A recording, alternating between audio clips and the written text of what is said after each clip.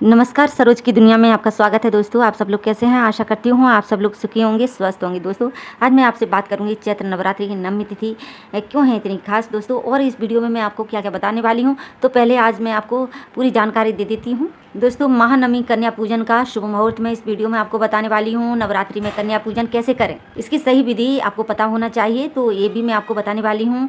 और कन्या पूजन में कन्याओं की उम्र कितनी होना चाहिए, इस चीज़ का हमें ध्यान रखना चाहिए।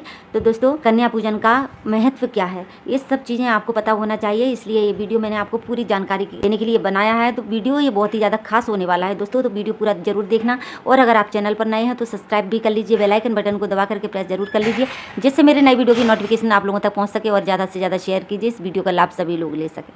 दोस्तों चैत्र नवरात्रि की नवमी तिथि 17 अप्रैल 2024 दिन बुधवार को है। इसी दिन चैत्र नवरात्रि का समापन होता है। चैत्र नवरात्रि की नवमी तिथि को मां दुर्गा की उपासना और कन्या पूजन का विशेष महत्व होता है। नवरात्रि की नवमी तिथि में कन्या पूजन का विधान है।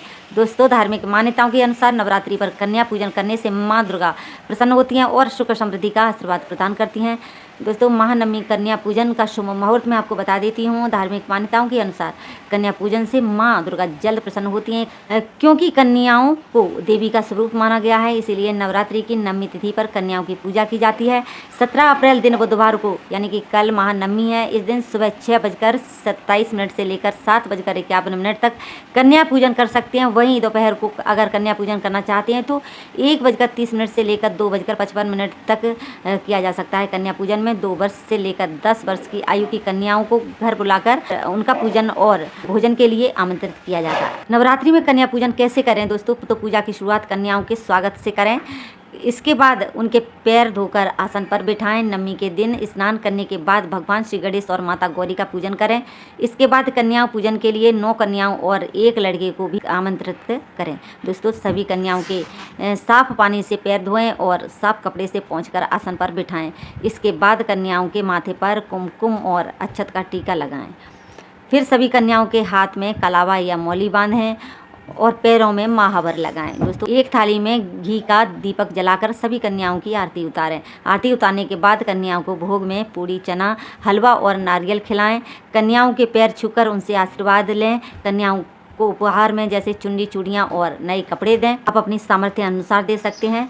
तो दोस्तों कन्या पूजन में उम्र कन्याओं की कितनी होनी चाहिए, तो मैं आपको बता देती हूँ। चैत्र नवरात्रि की नवमी तिथि में कन्या पूजन के लिए कन्याओं की उम्र का ध्यान रखना बहुत ज़्यादा जरूरी है। नवरात्रि में कन्या पूजन के लिए अपने घर में 2 से 10 साल तक की कन्याओं को भोजन करने के लिए बुलाएं। पूजा में हिस्सा लेने वाली कन्याओं की संख्या 9 ही होनी चाहिए। घर में प्रवेश करने पर उनके पैर धोएं और फिर आसन देकर उन्हें बिठाएं। उसके बाद देवी स्वरूप कन्याओं का रोली, चंदन, पुष्प आदि से पूजा करें और उन्हें खाने के लिए पूरी, सब्जी, हलवा आदि खिला सकते हैं। कन्या पूजन का क्या महत्व है, तो दोस्तों इसके बारे में आपको बता देती हूँ। नवरात्रि की अष्टमी और नवमी तिथि को कन्या पूजन करने से माता की कृपा आप पर बनी रहती है और घर परिवार में सुख समृद्धि रहती है। कन्या पूजन कन्याओं का सम्मान करने और पूजा करने का सबसे अच्छा तरीका है। कन्या पूजन के लिए 2 से 10 साल तक की कन्या उपयुक्त होती हैं। 2 से 10 साल तक की कन्याएं माँ दुर्गा की विभिन्न रूपों का प्रतिनिधित्व पूजा की जाती है। इसके अलावा लंगूर के रूप में 1 लड़के को भी कन्या पूजा में शामिल किया जाता है, जिसे भैरव बाबा या हनुमान जी का प्रतीक कहा जाता है। नवरात्रि की अष्टमी और नवमी तिथि पर कन्या पूजन करने से देवी दुर्गा प्रसन्न होती हैं और उनकी कृपा आपके परिवार पर सदा बनी रहती है। दोस्तों तो कर लीजिए इस तरह से कन्या पूजन, और एक बार माता का जयकारा जरूर लगा दीजिए, बोले अम्बे मात की जय। तो दोस्तों मिलती हूँ आपसे नेक्स्ट वीडियो में, तब तक के लिए नमस्कार।